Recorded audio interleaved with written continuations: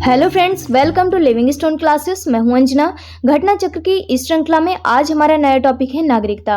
तो चलिए हम आज नागरिकता की बात करने वाले हैं। तो सबसे पहले यह समझेंगे कि नागरिकता है क्या, क्यों इतनी महत्वपूर्ण है नागरिकता।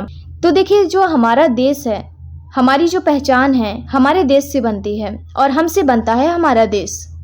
किसी भी नागरिक की पहचान देश की नागरिकता के बिना अधूरी है। तो किसी भी नागरिक की जो पहचान है वो किससे बनती है? देश से बनती है। और देश की नागरिकता के बिना नागरिक की पहचान अधूरी है। तो प्रत्येक व्यक्ति की जो भूमिका होती है, प्रत्येक व्यक्ति की भूमिका देश की गरिमा बनाए रखने के लिए बहुत ही महत्वपूर्ण होती है और अपने कर्तव्यों का पालन करना प्रत्येक नागरिक की जिम्मेदारी होती है। और साथ ही एक विकसित देश की यह मांग भी होती है कि प्रत्येक नागरिक अपने कर्तव्यों का निर्वहन बहुत ही निष्ठापूर्ण भाव से करे। एक राष्ट्र अपने नागरिकों को कुछ अधिकार भी देते हैं, विशेषाधिकार देते हैं, तो उसके बदले में भी तो वो कुछ चाहता होगा। तो बदले में नागरिकों से क्या अपेक्षा की जाती है कि वे देश के जो बने कानून हैं, विधियां हैं, उनका क्या करेंगे? वो बहुत अच्छे से उसका पालन करेंगे, उसका अनुसरण करेंगे और दुश्मनों के खिलाफ अगर कभी भी जरूरत पड़ी तो वह उसकी रक्षा भी करेंगे। तो देश के प्रति यह हमारे कर्तव्य है कि हम अपने कर्तव्यों का निर्वहन बड़े ही निष्ठा भाव से करना चाहिए। अब है राज्य एवं व्यक्तियों के बीच के जो संबंध का जो ऐसा स्तर, यही क्या कहलाता है? नागरिकता कहलाता है। तो यही है नागरिकता या सिटीजनशिप कहलाती है। अब है कि आर्टिकल इसके कौन कौन से हैं। तो ये देखिए, अब इसमें है कि भारतीय संविधान का भाग 2 किसकी बात करता है? नागरिकता की। और इसके अंतर्गत अनुच्छेद 5 से लेकर 11 तक इसमें आर्टिकल हैं। तो भाग 2 के अंतर्गत नागरिकता है और इसमें आर्टिकल कितने हैं? तो 5 से 11 तक। तो 5 से 11 तक नागरिकता का उल्लेख किया गया है। भारत में ब्रिटेन के समान एकल नागरिकता का प्रावधान किया गया है। तो भारत में ब्रिटेन के जैसे ही, ब्रिटेन की तरह ही एकल नागरिकता का प्रावधान किया गया है। अब इसमें अनुच्छेद 11 की बात कर रहा है। अनुच्छेद 11 में कहा गया है कि संसद को नागरिकता के संबंध में विधि बनाने की शक्ति दी गई है। मतलब नागरिकता के संबंध में जब कानून बनाने की बात आएगी तो यह शक्ति किसको प्राप्त है? संसद को प्राप्त है। संसद द्वारा भारतीय नागरिकता अधिनियम 1955 पारित किया गया है। तो संसद द्वारा ये भारतीय नागरिकता अधिनियम कब पारित किया गया था? 1955 में पारित किया गया था। और उसमें कई बार संशोधन किया गया, जैसे 1986 में एक संशोधन हुआ, उसके बाद 1992 में संशोधन हुआ, फिर 2003 में हुआ, इसके बाद 2005 में हुआ, फिर 2015 में और इसके बाद 2019 में। तो जो ये 1955 ईस्वी में जो बना था ये भारतीय नागरिकता अधिनियम, इसमें कई बार संशोधन हुआ। कब कब? 1986, 1992, 2003, 2005 और 2015 और इसके बाद 2019 में। अब यहाँ पे है कि भारतीय नागरिकता जो है वो कितने प्रकार से अर्जित की जा सकती है। तो ये भारतीय जो नागरिकता है वो 5 प्रकार से प्राप्त या अर्जित की जा सकती है। एक है जन्म से, बाई बर्थ, वंश परंपरा से, पंजीकरण से, देशीकरण से, अर्जित भूमि के समान मेलन से। तो 5 प्रकार हैं। कौन कौन से? जन्म से, वंश क्रम से, पंजीकरण से, देशीकरण से और भूमि अधिग्रहण से या अर्जित भूमि के समान मेलन के द्वारा। एक ही है। तो ये 5 प्रकार से हम भारतीय नागरिकता को प्राप्त कर सकते हैं, अर्जित किया जा सकता है। अब यहाँ पे अर्जित करने की बात आती है तो त्यागने की भी बात आती है। तो भारतीय नागरिकता का अंत कितने प्रकार से होता है? तो 3 प्रकार से होता है। पहला होता है नागरिकता को स्वयं छोड़ दे कोई, मतलब जो छोड़ना चाहता है वह नागरिकता को या तो स्वयं त्याग दे। दूसरा है दूसरे देश की नागरिकता प्राप्त कर ले। पहला हुआ कि नागरिकता को वह स्वयं छोड़ दे, दूसरा कि वह दूसरे देश की नागरिकता प्राप्त कर लेता है, तब भी उसकी नागरिकता समाप्त हो जाती है। अब है तीसरा, सरकार द्वारा नागरिकता से वंचित किए जाने पर। तो ये 3 प्रकार हैं जिसमें भारतीय नागरिकता का लोप या कितने प्रकार से हो सकता है? तो 3 प्रकार से हो सकता है। तो देखिए, मैंने बता ही दिया, किसी अन्य देश की नागरिकता ग्रहण करने पर, नागरिकता त्यागने पर, सरकार द्वारा वंचित करने पर। अभी हमने नागरिकता के अर्जन के 5 प्रकार पढ़े थे, जन्म से, वंश से, पंजीकरण, देशीकरण से। तो थोड़ा सा मैं यहीं पे कुछ बिंदुओं को डिस्कशन कर लेते हैं कि जन्म से की बात करें तो इसमें दो प्रावधान है। पहला है कि 26 जनवरी, मतलब 26 जनवरी 1950 के बाद एवं 10 जुलाई 1987 से पहले, 26 जनवरी 1950 ईस्वी के बाद और 10 जुलाई 1987 ईस्वी से पहले जन्मे सभी व्यक्ति भारत के नागरिक माने जाएंगे। दूसरा प्रावधान क्या है इसी में, जन्म जो ये बर्थ से वाला बर्थ बाई बर्थ की बात कर रहा है, तो इसी में दूसरा प्रावधान है कि 10 जुलाई 1987 के बाद और नागरिकता संशोधन अधिनियम 2003 से पहले भारत में जन्मा कोई बच्चा जिसके माता पिता में से कोई एक व्यक्ति भारत का नागरिक हो तो उसे जन्म से भारतीय नागरिक माना जाएगा। ये इसमें बर्थ वाले में बाई बर्थ वाले में बात की गई। तो ये पहला जो था इसका नागरिकता के 5 प्रकार के अर्जन करने के जो 5 प्रकार थे उनमें से पहले के 2 प्रावधान थे वो मैंने बता दिया। अब है दूसरा हमारा वंश परंपरा से, तो वंश परंपरा में की बात कर लेते हैं। इसमें पहला बिंदु यह है कि भारत के बाहर जन्मा कोई बच्चा नागरिकता संशोधन अधिनियम 1992, कौन सा, नागरिकता संशोधन अधिनियम 1992 के से पहले भारत के बाहर जन्मा कोई बच्चा नागरिकता संशोधन अधिनियम 1992 से पहले उस बच्चे का पिता यदि भारतीय नागरिक हो तो वह वंश क्रम के आधार पर भारत का नागरिक माना जाएगा।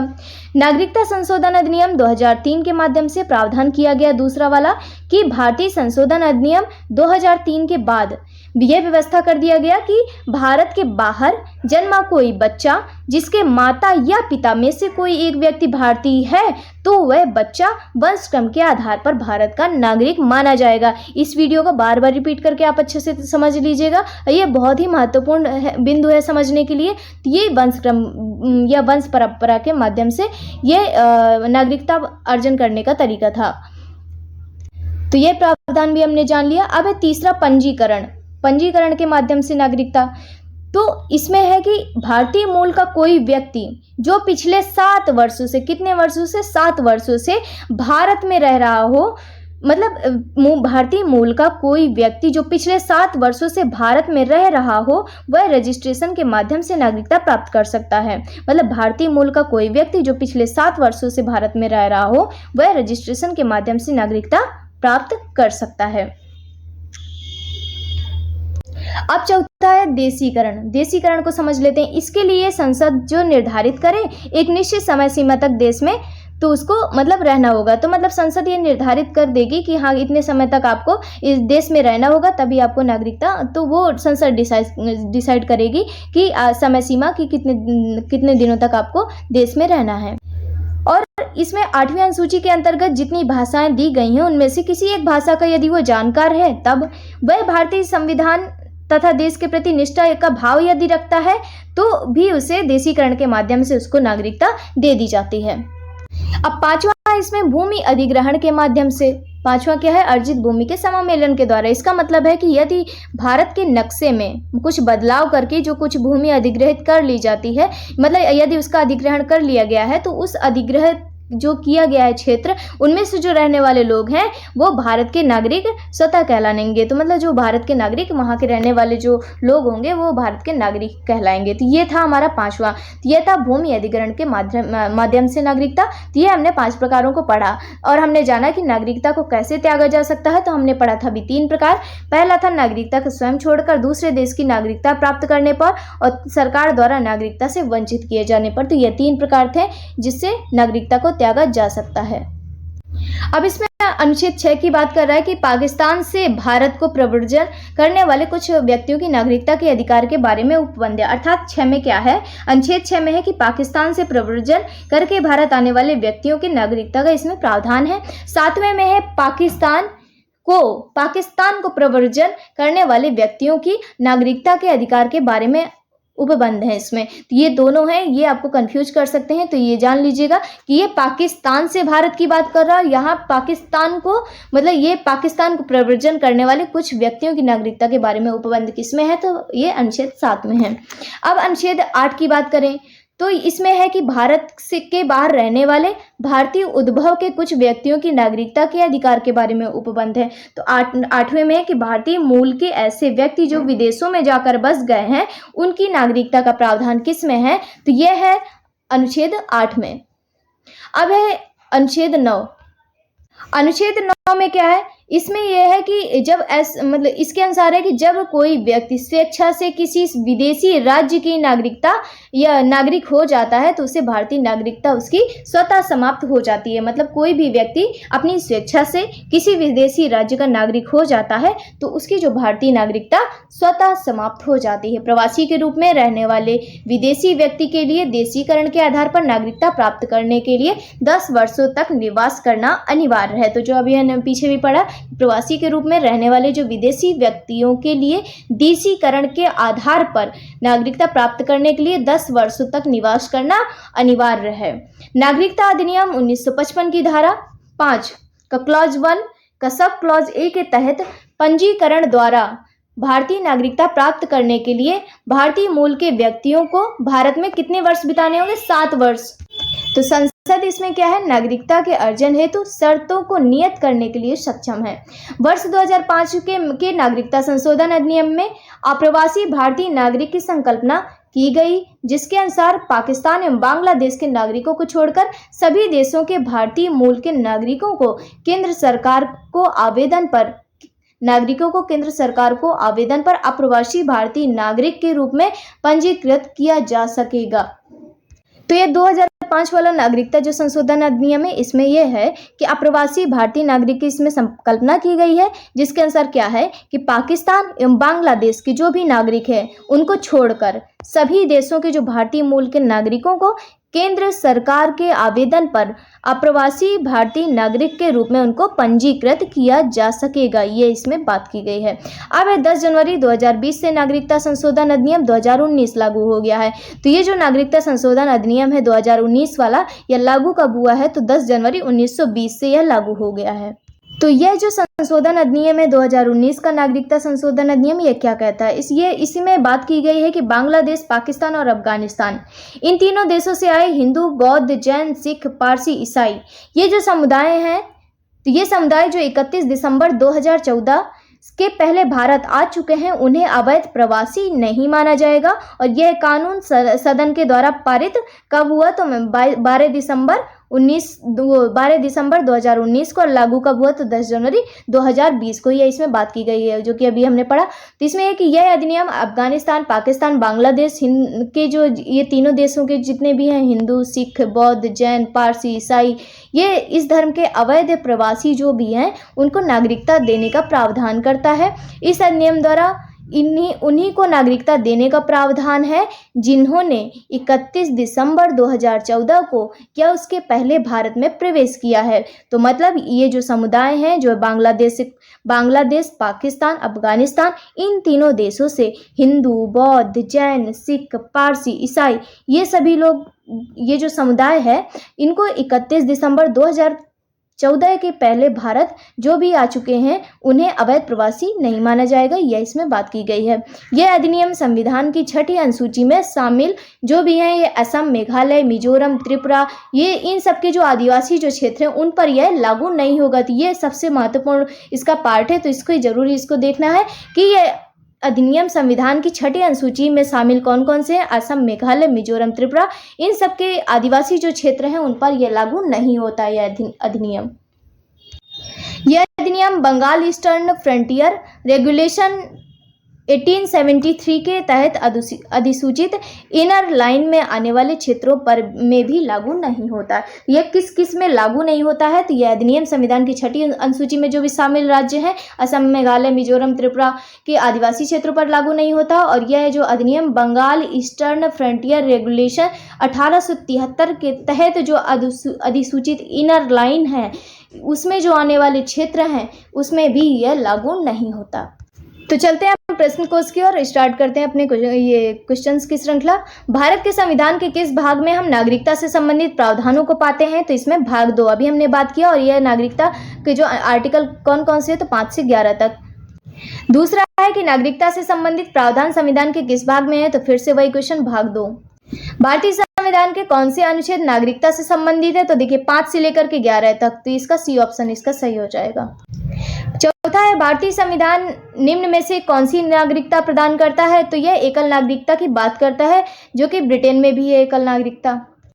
भारतीय संविधान एकल नागरिकता प्रदान करता है। भारत के प्रत्येक नागरिक की केवल एकल नागरिकता है, अर्थात वह केवल भारत का नागरिक है। अमेरिका की भांति संघ एवं राज्यों की दोहरी नागरिकता भारत में प्रचलित नहीं है।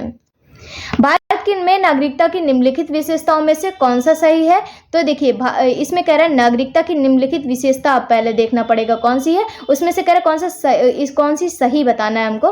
तो राज्य एवं राष्ट्र की दोहरी नागरिकता, तो ये तो नहीं है। राज्य की एकल नागरिकता, संपूर्ण भारत की एकल नागरिकता, भारत एवं अन्य देशों की दोहरी नागरिकता, तो इन सब में ये सी ऑप्शन जो है वो हमारा करेक्ट है, संपूर्ण भारत की एकल नागरिकता। भारतीय नागरिकता नहीं प्राप्त की जा सकती किसके द्वारा? तो इसमें देखिए, जन्म के द्वारा प्राप्त की जा सकती, देशीकरण के द्वारा प्राप्त की जा सकती, किसी भूभाग सम्मेलन द्वारा भी प्राप्त होगी, लेकिन भारतीय बैंक में धन जमा करके ये गलत है, ये इसके द्वारा नागरिकता नहीं प्राप्त होती। नागरिकता अर्जन के 5 प्रकार मैंने बताए थे। पहला है जन्म से, दूसरा है वंशक्रम से, तीसरा है पंजीकरण से, चौथा था देशीकरण और 5वां था भूमि अधिग्रहण। 7वां है भारत का एक नागरिक अपनी नागरिकता खो देगा यदि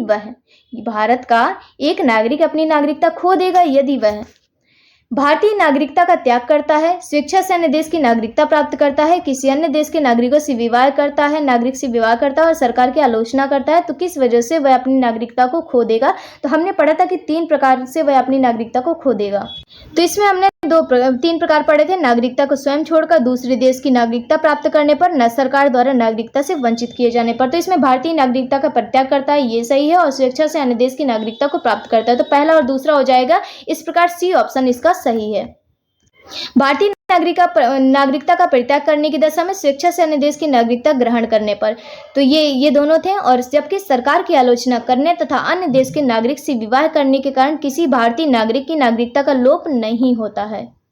8वां है भारत के संदर्भ में निम्नलिखित कथनों पर विचार कीजिए। भारत में केवल एक ही नागरिकता और एक ही अधिवास है। जो व्यक्ति जन्म से नागरिक हो केवल वही राष्ट्राध्यक्ष बन सकता है। जिस विदेशी को एक बार नागरिकता दे दी गई है, किसी भी परिस्थिति में उसे इससे वंचित नहीं किया जा सकता। तो इसमें कह रहा है कौन सा सही बताना है।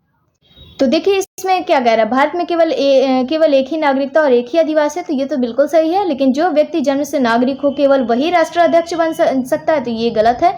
जिस विदेशी को एक बार नागरिकता दे दी गई तो किसी भी परिस्थिति में इससे वंचित नहीं किया जा सकता, तो ये तीसरा ये नहीं सही है। तो इसका केवल एक ही होगा, ए ऑप्शन इसका। देखिए, भारतीय संविधान एकल नागरिकता प्रदान करता है तथा विशेष रूप से अनुच्छेद 370 के प्रावधान को हटाए जाने के पश्चात, तो ये किससे संबंधित था? ये 370। तो इसको मुझे कमेंट बॉक्स में आंसर इसका दीजिएगा। और इसमें क्या था 370 में, यह भी आपको कमेंट बॉक्स में टाइप करना है। तो 370 के प्रावधानों को हटाए जाने के पश्चात भारत में केवल एक ही नागरिकता और एक ही अधिवास है। यूएसए की भांति संघ और राज्यों की दोहरी नागरिकता या दो से अधिक देशों की नागरिकता का प्रावधान किसमें? भारत में हमारे नहीं है। संविधान के अनुच्छेद 9 के अनुसार विदेशी राज्य की नागरिकता स्वेच्छा से अर्जित करने वाले व्यक्ति भारत के नागरिक नहीं रह जाते। यदि मतलब कहने का मतलब विदेशी राज्य की अगर नागरिकता कोई भी व्यक्ति ले लेता है तो वह भारत का फिर नागरिक नहीं रह जाएगा। तो विदेशी राज्य की नागरिकता स्वेच्छा से अर्जित करने पर वाले व्यक्ति जो है भारत के नागरिक नहीं रह जाते हैं। इस प्रकार कथन पहला सही है। संविधान के अनुच्छेद 58 का क्लॉज 1 का सब क्लॉज का के अनुसार कोई व्यक्ति भारत का राष्ट्रपति या राष्ट्राध्यक्ष निर्वाचित होने का पात्र तभी होगा जब वह भारत का नागरिक हो। तो उसके लिए पात्रता क्या चाहिए राष्ट्रपति बनने के लिए? तो वह तभी पात्र होगा जब वह भारत का क्या होगा? नागरिक होगा। इस हेतु जन्म से नागरिक होना आवश्यक शर्त नहीं है। नागरिकता अधिनियम 1955 की धारा 10 के तहत, नागरिकता अधिनियम 1955 की धारा 10 के तहत भारत की नागरिकता प्राप्त करने वाले विदेशी व्यक्ति की विदेशी जो व्यक्ति है उसको नागरिकता से वंचित तभी किया जा सकता है यदि उसने रजिस्ट्रीकरण या देशीकरण का जो प्रमाण पत्र होता है वह कपट, मिथ्या, व्यपदेशन या किसी तात्विक तत्व को छिपाने के द्वारा अभिप्राप्त किया हो, या इसके अलावा यदि उसने भारत के संविधान के प्रति अभक्त या अप्रीतिपूर्ण दर्शित किया हो, या फिर यदि उसने भारत के किसी युद्ध के दौरान शत्रु देश का उसने साथ दिया हो या विधि विरुद्ध व्यापार या संचार किया हो। इसके अलावा 7 वर्ष निरंतर भारत के बाहर साधारण निवासी रहा हो। इन सभी माध्यमों के द्वारा इन सभी माध्यमों के द्वारा नागरिकता नियम 1955 की धारा 10 के तहत भारत की नागरिकता प्राप्त करने वाला जो विदेशी व्यक्ति है उसकी नागरिकता को उससे वंचित किया जा सकता है। नवा क्वेश्चन है, नागरिकता संशोधन अधिनियम 2015 के अंतर्गत निम्नलिखित में से कौन सा भारतीय कार्ड धारक प्रवासी नागरिक के रूप में पंजीकृत होने के लिए अर्ह नहीं है, योग्य नहीं है। नागरिकता संशोधन अधिनियम 2015 के अंतर्गत इसमें बताना है कि कौन भारतीय कार्ड धारक प्रवासी नागरिक के रूप में पंजीकृत होने के लिए अर्ह नहीं है। तो है एक अवयस्क बच्चा जिसके अभिभावक भारतीय नागरिक हैं, ये तो है, इसमें पूछा है नहीं है। दूसरा है भारतीय नागरिक की विदेशी मूल की पत्नी बीबी है। सी है कि वे भारतीय विभाजन के उपरांत पाकिस्तान प्रवासी हो गए, तो ये वाला गलत है, यही वाला आपका ऑप्शन बनेगा, सी ऑप्शन। सी एक व्यक्ति के परपोता परपोती जो दूसरे देश का नागरिक हो किंतु उसके मातामही संविधान लागू होने के समय क्या रहे हो, भारतीय नागरिक थे। तो इनमें से हमारा जो सी ऑप्शन होगा वही सही नहीं है। फ्रेंड्स, आज के लिए इतना ही। मेरे बैकग्राउंड में काफ़ी शोर हो रहा है जिसकी वजह से मैं आज क्लास कंटिन्यू नहीं कर पा रही, तो इसके लिए माफ़ी चाहती हूँ आप लोगों से। और अगर आप लोगों को मेरी वीडियो अच्छी लगी हो तो प्लीज़ इसको लाइक कर दीजिए, लोगों में भी शेयर कर दीजिए। जिसने भी मेरा चैनल सब्सक्राइब नहीं किया तो वो सब्सक्राइब कर दीजिएगा। जो भी बचे हुए क्वेश्चंस हैं आज के तो हम अगले लेक्चर में कवर करेंगे और जल्दी ही घटना चक्र हम अपनी कंप्लीट करेंगे। मिलते हैं अगली वीडियो में। Thank you. जय हिंद, जय भारत।